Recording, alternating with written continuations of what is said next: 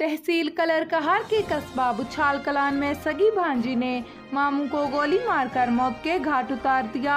रफी सकना सिंबल कल शाम बुछाल कलान में रिहाइश पजीर अपनी बहन से मिलने इसके घर आया, जहां मामूली तलह कलामी के नतीजे में रफी की भांजी नौरीन ने पिस्तौल से फायर करके मामू को कत्ल कर दिया।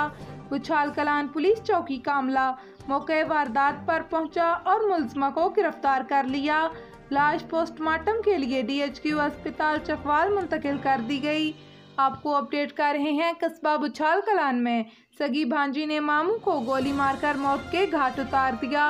रफी सकना सिंबल गुज़श्ता रोज बुछाल कलान में रिहाइश पजीर अपनी बहन से मिलने इसके घर आया, जहां तरह कलामी के नतीजे में रफी की भांजी नौरीन ने पिस्तौल से फायर करके सगे मामू को कत्ल कर दिया। बुछाल कलान के अवाम बेपनाह मसाइल का शिकार हैं। लारी अड्डा के दुकानदारों और मकीनों का बुरा हाल है। सड़क खंडरात का मंजर पेश कर रही है। इससे उड़ने वाली धूल ने मुसाफिरों, दुकानदारों और मकीनों का जीना मुहाल कर रखा है।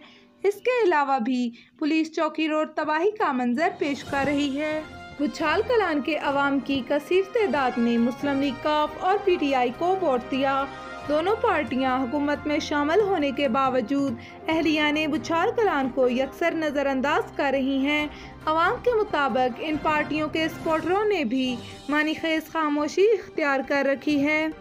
पाक चीन दोस्ती के 70 साल पूरे होने पर तारीख में पहली मरतबा 70 रुपये का यादगारी सिक्का मुतारफ कर दिया गया। को बता रहे हैं पाक चीन दोस्ती के 70 साल पूरे होने पर पाकिस्तानी तारीख में पहली मरतबा 70 रुपये का यादगारी सिक्का मुतारफ करवा दिया गया।